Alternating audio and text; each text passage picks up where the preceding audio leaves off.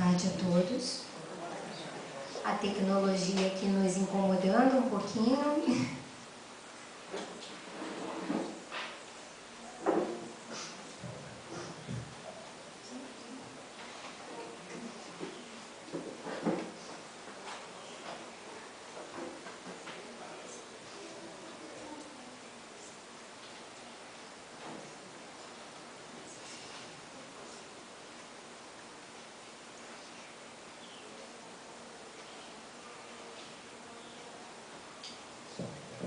A paz de Jesus em nossos corações, e vamos retomando então os nossos estudos, né? Os estudos que nós vínhamos fazendo a respeito da mediunidade.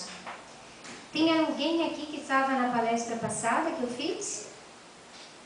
Né? Então hoje, o que nós vamos fazer? Estou vendo que tem bastante gente que não levantou o dedo, né? Então muita gente não escutou. Eu vou fazer um pequeno resumo, tá, do que a gente falou na vez passada.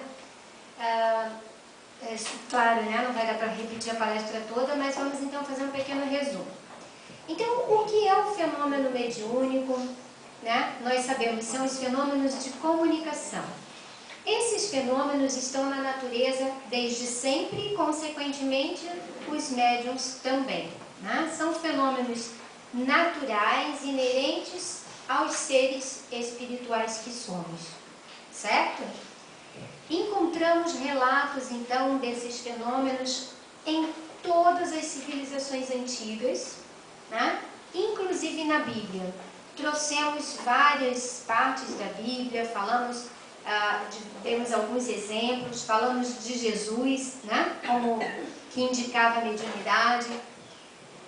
Então, esses fenômenos, eles eram conhecidos também desde sempre.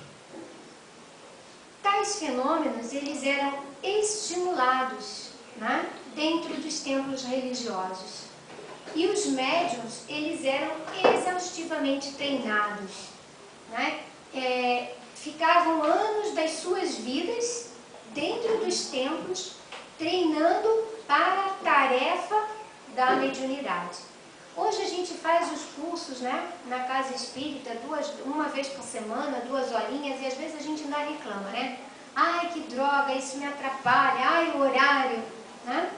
Não, mas e a gente ainda reclama, mas naquela época eram anos de treinamento, né? Era dedicação, realmente. E os médiuns eram muito respeitados e até mesmo idolatrados naquelas épocas antigas, né? Na maior parte dos casos, no entanto, a mediunidade ela vinha atrelada a um processo de dominação da população, né? Ou seja, aquele grupo de indivíduos era dominado pelaquele médium. O templo não era só um lugar de religião, mas era um lugar de política e de dominação. Então, imagina o médium, o poder que ele tinha. Né? Essa mediunidade ela vinha muito conturbada e acabava acontecendo muita, vamos dizer assim, muita mistificação em função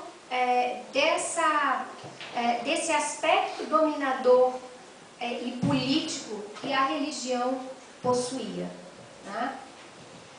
Graças a Deus, hoje a gente vê que isso já está um pouco mais, né, suave.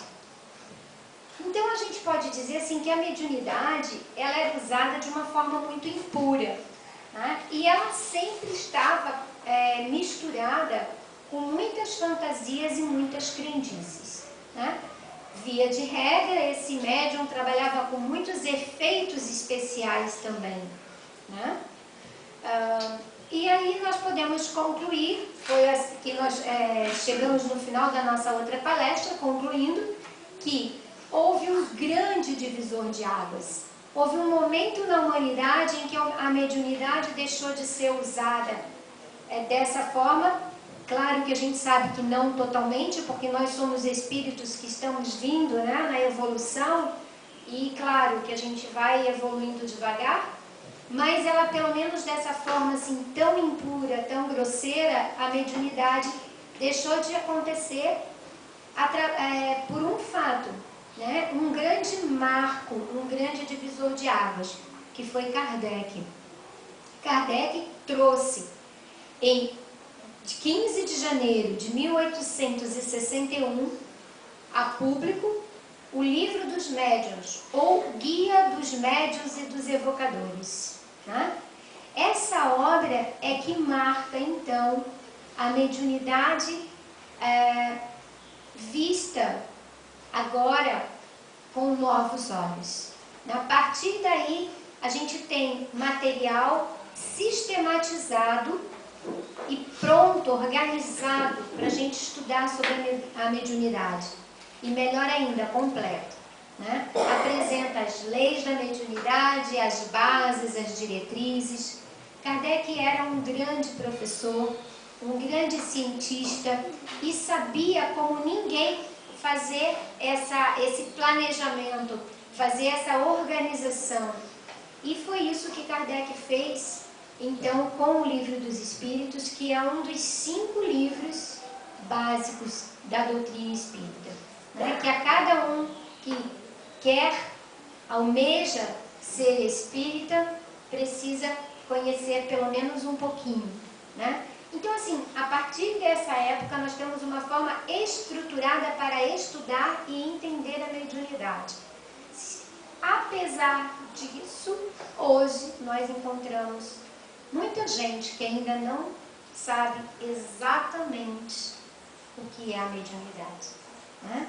E eu volto a repetir, a mediunidade, ela nada mais é do que uma lei natural, ou seja, uma lei da vida, uma lei de Deus, uma lei que permite que a gente se comunique. Ou seja, somos espíritos, não somos? Se a gente tem corpo ou não tem corpo, não importa, importa que a gente, como espírito, se comunica. Essa é a lei. Né? Claro que existem algumas condições para que isso aconteça, principalmente quando, né, existe essa diferença. Um espírito está no corpo, encarnado, e outro está sem o corpo. Né? Então, o médium, ele passa a ser visto como uma pessoa normal a partir de então. Né? Ele não é mais nenhum ser sobrenatural, nenhum ser especial escolhido por Deus. Né? Simplesmente é uma pessoa normal. Né? Uma pessoa que pode se colocar a trabalho do seu semelhante, se assim o desejar. Né? Também a partir desse momento, a partir de Kardec, a mediunidade ela passa a ser analisada pela ciência. Né? Como eu falei, Kardec era professor e era cientista. Ele era conhecido em Paris nos meios científicos. Né? E Kardec apresenta a doutrina espírita e apresenta a mediunidade nesses meios científicos. E a mediunidade passa a ser observada pelo crivo da razão. Né? Então, essa capa de sobrenatural, que era muito usada, principalmente, né, antes de Kardec, não tem mais desculpa para isso acontecer. Não é mais um fenômeno, né? Não, é um fenômeno natural. Isso eu vou frisar bastante, eu vou repetir daqui até o final da nossa fala, que é um fenômeno natural. Né? Então, assim, vamos ver um pouquinho como é que esse Livro dos Médiuns está organizado. Né? Kardec o dividiu em 2 partes. A primeira parte é intitulada Noções Preliminares e está dividida em 4 capítulos. Ora, noções preliminares, o que vocês acham que tem nessa primeira parte? O que é preliminar, o que é básico, o que vem primeiro. Né? Então, são noções para que a gente possa entender a segunda parte. Noções básicas, né, sobre esses fenômenos. E aí, essas noções vão também sendo apresentadas como perguntas. E Kardec então vai respondendo: há espíritos? Né? O que entendeis por sobrenatural? Kardec vai aí então limpando e apresentando a base para que possa trazer na segunda parte do livro as questões mais detalhadas da mediunidade, mais práticas, vamos dizer assim. Né? Então Kardec também ainda nessa parte inicial ele fala sobre os materialistas, sobre os incrédulos, sobre os tipos de espíritas, né? E ele vai discorrendo sobre esses assuntos amplos que vão preparando o terreno. E ele fala sobre como o espiritismo está sendo visto ali no começo, logo, né, no seu início. Uns acham que é charlatanismo, outros que é loucura, que é alucinação, enfim. Kardec vai limpando essas situações, né, vai provando essas situações, que elas não são verdadeiras ou que são verdadeiras, como no caso de se há espíritos. Então ele vai fazendo essas comprovações e preparando o terreno para a segunda parte. Porém, antes da gente passar a segunda parte, eu vou ler para vocês algo que eu acho fundamental, né? E eu acho que merece ser lido. Eu prometo que é um pedacinho bem pequeno. Né? Eu tinha vontade de ler mais coisas, mas ler vocês sabem ler, né? Então eu não vou ler muito. Eu só vou ler um pedacinho que está no capítulo 3, tá? Então Kardec diz assim, ó: dissemos que o Espiritismo é toda uma ciência, toda uma filosofia. Quem, pois, seriamente queira conhecê-lo deve, como primeira condição, dispor-se a um estudo sério e persuadir-se de que ele não pode, como nenhuma outra ciência, ser aprendido a brincar. Tá? Então assim, ó, dando uma de bem chata, né? Dando uma de bem chatinha mesmo, né? Eu trouxe essa frase para vocês de Kardec, né? O espiritismo não é uma brincadeira. A mediunidade não é uma brincadeira, né? Se quisermos trilhar o caminho do espiritismo, do bem, da comunicação, temos que estudar, pois sem conhecimento fica o dobro de difícil, né? Não é impossível, porque se eu dissesse que só quem pode estudar que chegaria lá, eu estaria excluindo até uma pessoa que não sabe ler. Poxa, eu não sei ler, então não vou a lugar nenhum, vou ficar parado. Não, né? Mas é o dobro de difícil, gente. Porque se a gente estuda, às vezes já fica difícil da gente compreender. Imagina se a gente não estuda. Se a gente conhece, a gente erra. A gente conhece, a cada dia a gente erra e fala: meu Deus, Senhor, tem de piedade, eu conheço isso, eu já sei isso, mas eu continuo fazendo isso. Imagina quem não conhece, né? Então, gente, mãos à obra. Vamos estudar, vamos trabalhar, né? Os dois caminhos, né? É o estudo e a caridade. Em falando em trabalhar e em caridade, voltamos nós para a mediunidade. E a segunda parte, então, desse livro dos médiuns, ou guia dos médiuns ou evocadores, né? Essa segunda parte é a parte mais consistente, mais longa. Tem 32 capítulos. Então Kardec cobre um leque de informações. Não tem desculpa, né? Qualquer dúvida pode vir aqui que tem uma resposta. E essa segunda parte chama das manifestações espíritas, né?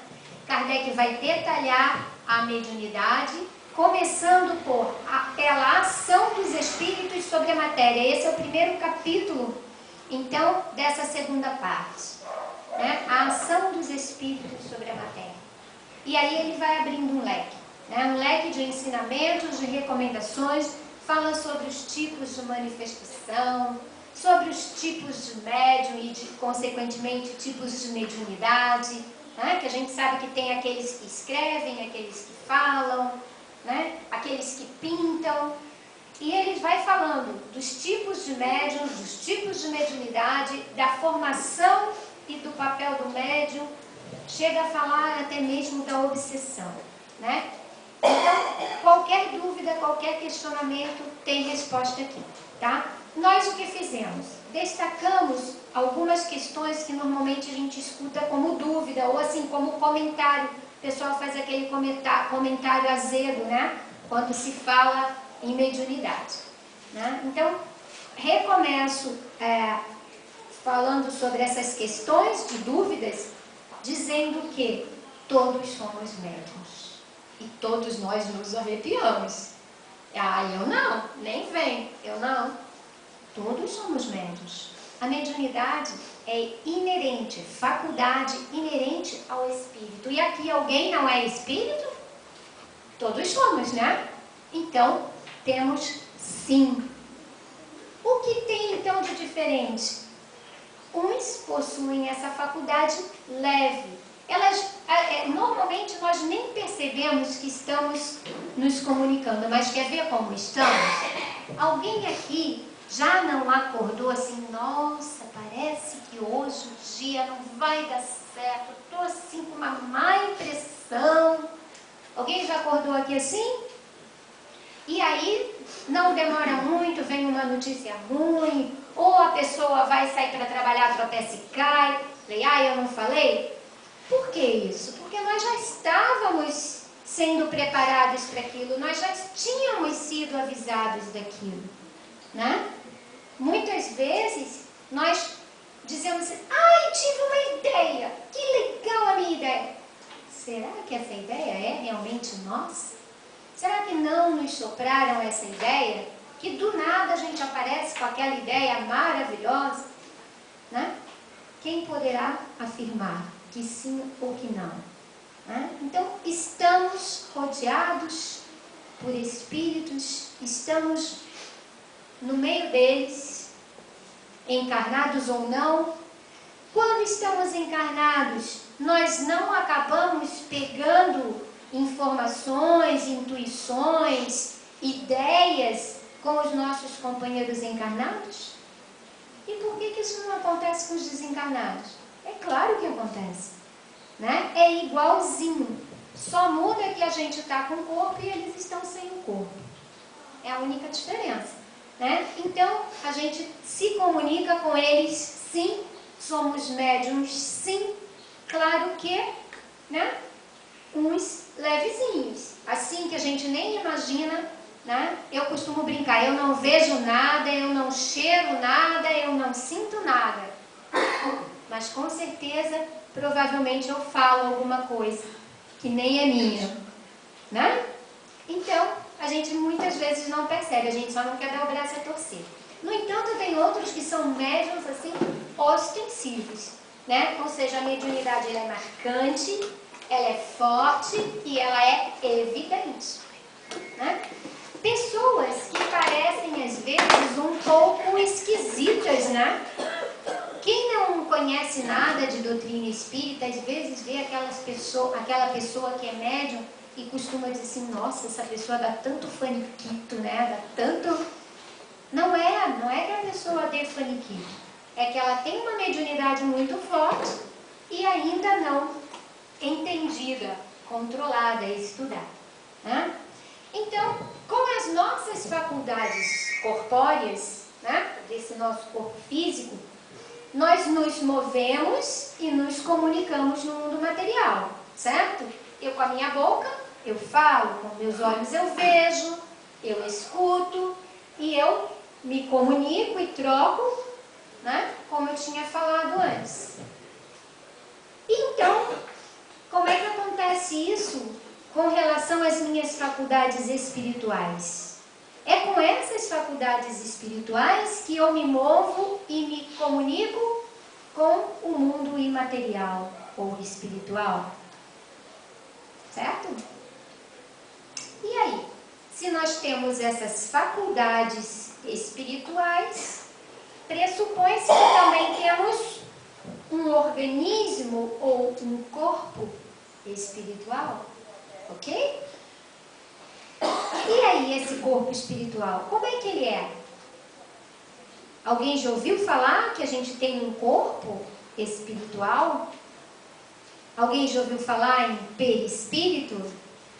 Ah, então, esse nosso perispírito, né, é que é o segredo, é que é o nosso corpo, o nosso organismo espiritual que possibilita então a comunicação com os nossos irmãos que também só possuem esse corpo, não possuem mais o denso, o material que todos podem ver, né? E como é que é formado esse nosso perispírito? Kardec vai explicar isso com detalhe. Eu vou falar rapidinho só para a gente ter a base, tá? Então, assim, como é que é formado esse nosso perispírito? Né? Com certeza vocês também já ouviram falar em algo chamado fluido cósmico universal, que é uma matéria elementar, uma matéria primitiva. E dessa matéria que a tudo envolve, né? Envolve todos os mundos,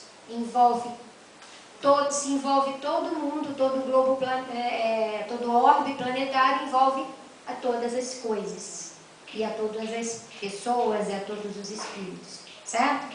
Essa matéria primitiva e elementar, ela origina tudo que é material.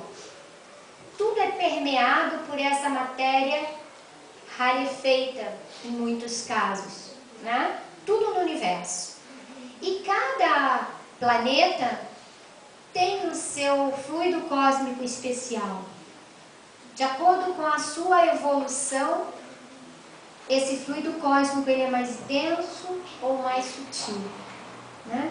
Nós não somos diferentes, somos permeados, envolvidos por esse elemento que é bastante sutil, mas ainda é matéria, né? É esse elemento que, quando nós perdemos o nosso corpo, é esse elemento que continua. Quando espíritos muito atrasados desencarnam, esse perispírito, ele vai tomando formas grotescas. Aí a gente escuta relatos, né, nos livros espíritas, de formas demoníacas, isso e aquilo. É como o próprio espírito se sente que o seu perispírito se forma, porque o perispírito, ele é plástico, ele é maleável, e ele toma qualquer forma, né? Ele assume qualquer forma. Então, quando a gente é muito atrasado e desencarna, a gente toma aquela forma que a gente idealiza que a gente seja. E aí a gente ouve as narrações nos livros, né, dos lugares muito horrorosos, né, com monstros. São irmãos nossos. E como foi lido no começo, nenhum deles vai permanecer assim para sempre, né? Há chegar o dia em que esses espíritos também estarão evoluídos e não mais terão aquela forma no seu perispírito. Espíritos evoluídos, um pouco evoluídos, eles vão tomando aquelas formas lindas, angelicais, que a gente também ouve relato, né? Então, dizem até que a gente pode, se a gente não precisa nem ser muito evoluído, mas que a gente pode, assim, um espírito mediano, ficar com a forma dessa última encarnação, mas naquele tempo que a gente mais se gostava, com aquela idade que a gente mais se gostava. Que bom, né? A gente vai poder remoçar, então morrer não é tão ruim. A gente vai poder até remoçar, escolher a forma que a gente quer ficar, né? E o que dá tudo isso, possibilidade a tudo isso, é o perispírito, né? E é o perispírito que dá a possibilidade dessas manifestações acontecerem, né? Quando o médium diz assim, eu estou vendo ali, olha o espírito assim, assim, assim. Ele não está vendo o espírito, ele está vendo o perispírito. né? E, então, a mediunidade, nós não vamos entrar em muitos detalhes por causa do nosso tempo, ela se funde, né? O perispírito do médium e do espírito. As nossas, vamos dizer que para aquele que fala, as nossas gargantas, o nosso aparelho fonador se permeia com o do espírito e a comunicação acontece. Não é sobrenatural, é apenas órgãos espirituais se ajustando, certo? A mediunidade não é essa coisa sobrenatural. A mediunidade, ela vem de Deus. Logo, ela não é sobrenatural nem ruim. Pelo contrário, ela é muito boa e muito útil. Porém, muitas vezes, ela é ruim, mas por culpa do uso que a gente dá a ela, né? Dos nossos abusos. E aí, abusos e abusos e abusos, né? Em maior ou menor grau. Ela é apenas uma faculdade, apenas um dom. Como quem tem um dom de cantar pode treinar a sua voz, a mediunidade, ela é um dom. E todos nós podemos treinar a nossa, né? Como a gente costuma dizer, desenvolver a mediunidade.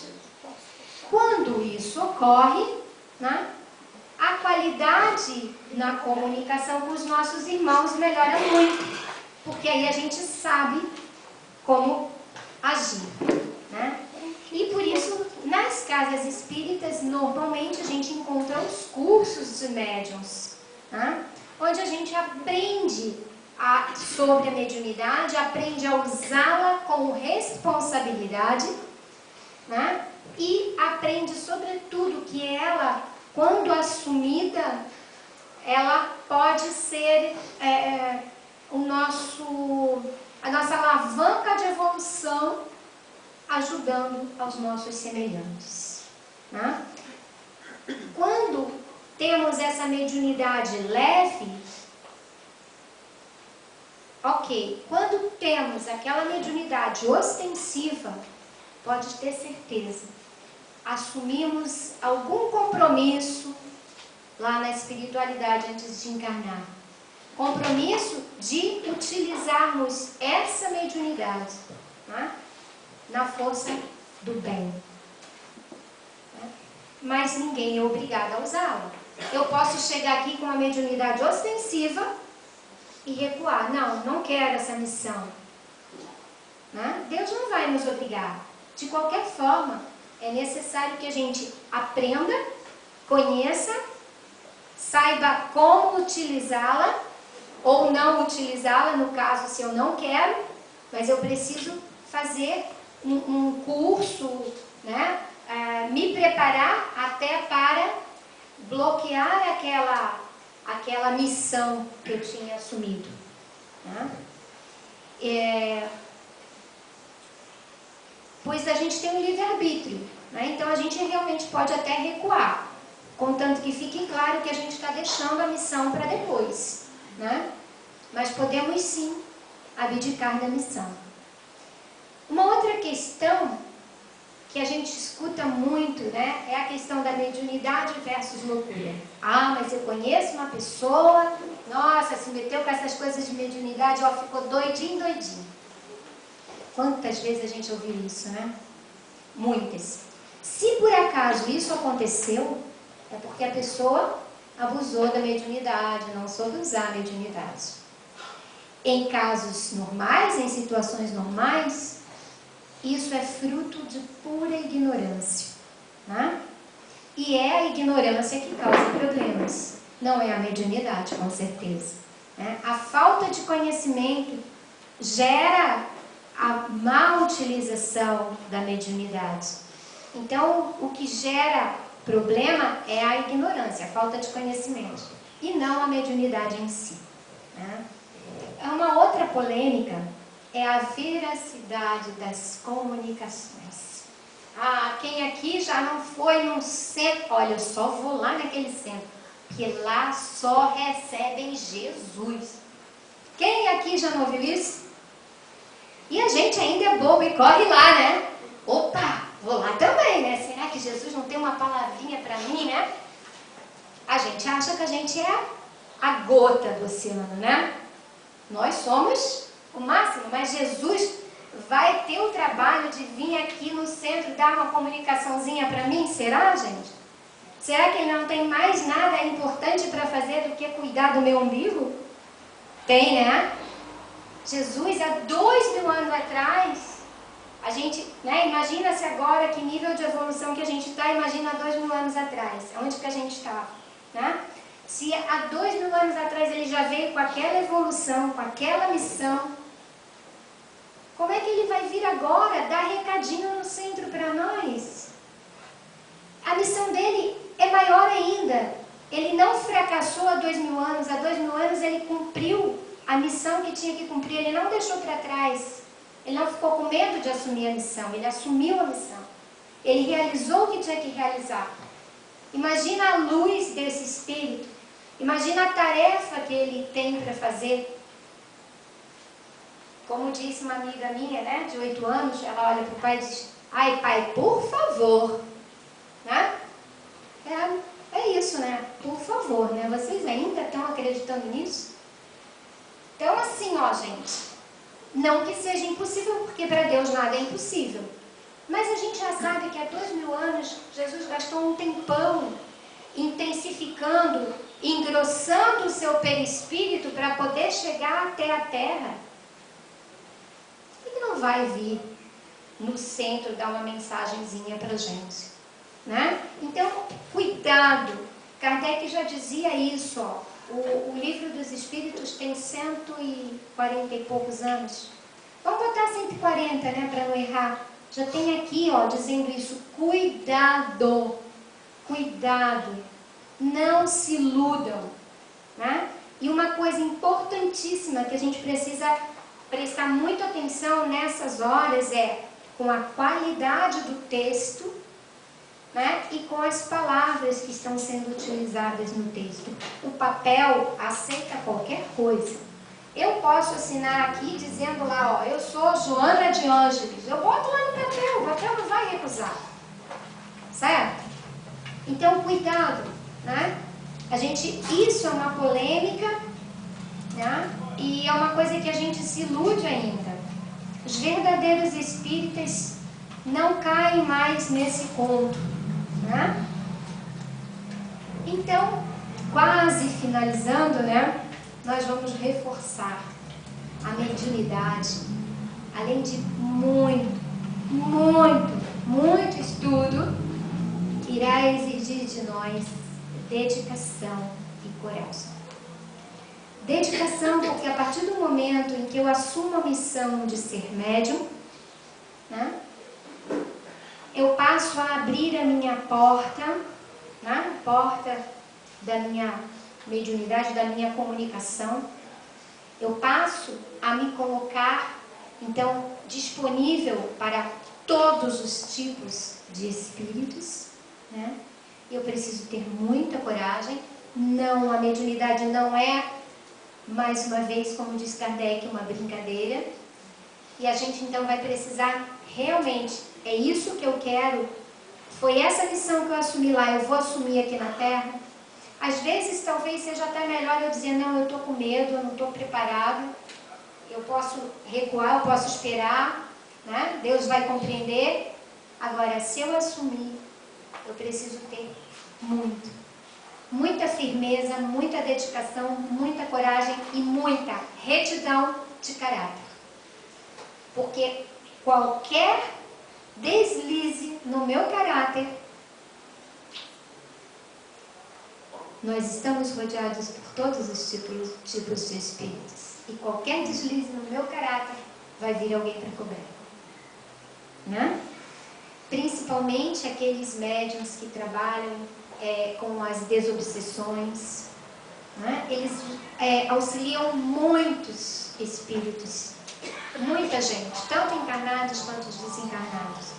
porém são muito cobrados. A retidão de caráter é fundamental, né?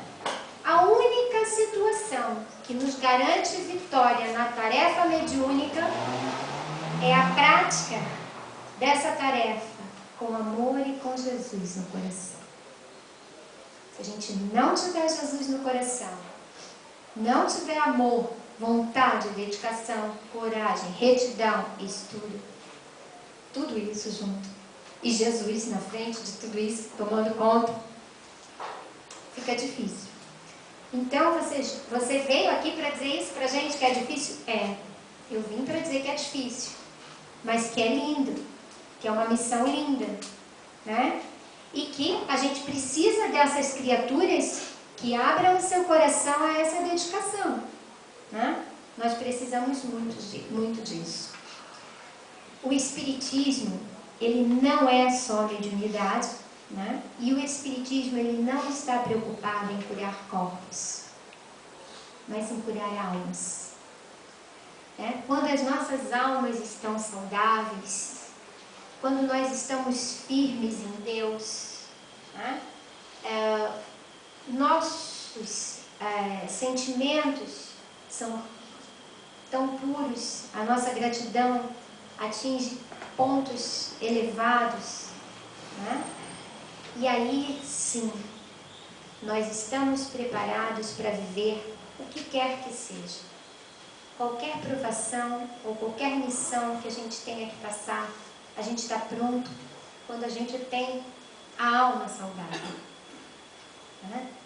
O corpo pode estar doente, a alma não, nunca, né? Então, que os mentores possam nos ajudar a curar a nossa alma. Os mentores possam nos ajudar a, quem sabe, assumir a nossa mediunidade. Que a paz esteja com vocês. Obrigada.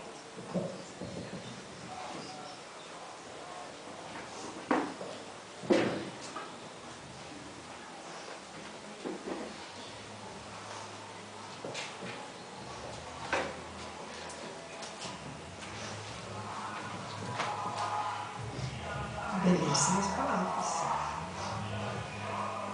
E que a paz esteja conosco mesmo.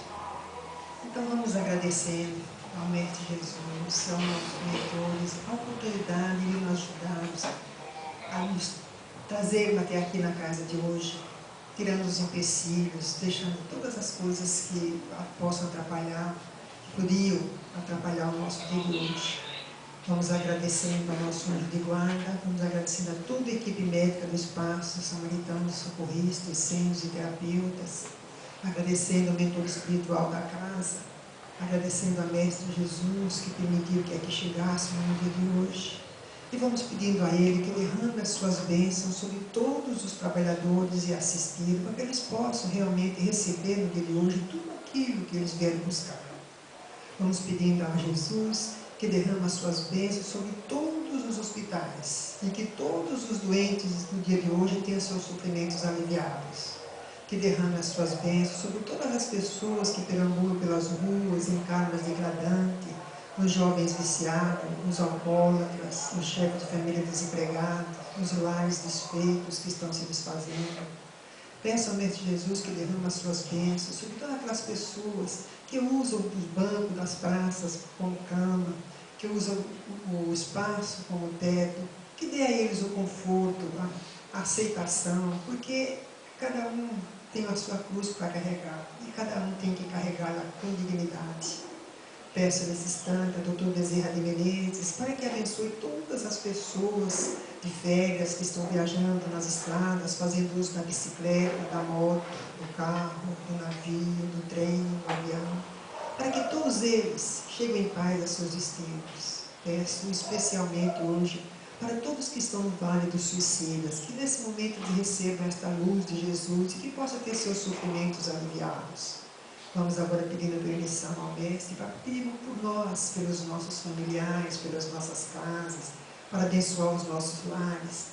E Ele abençoe também todas aquelas pessoas difíceis que convivem conosco, que abençoe todos os pais déspotas, as mães relapsas, os filhos rebeldes, as filhas ingratas, aquela sogra ciumenta, o vizinho barulhento, que todos eles recebam neste momento a paz, a conformação e a aceitação dos estados espirituais em que vivem.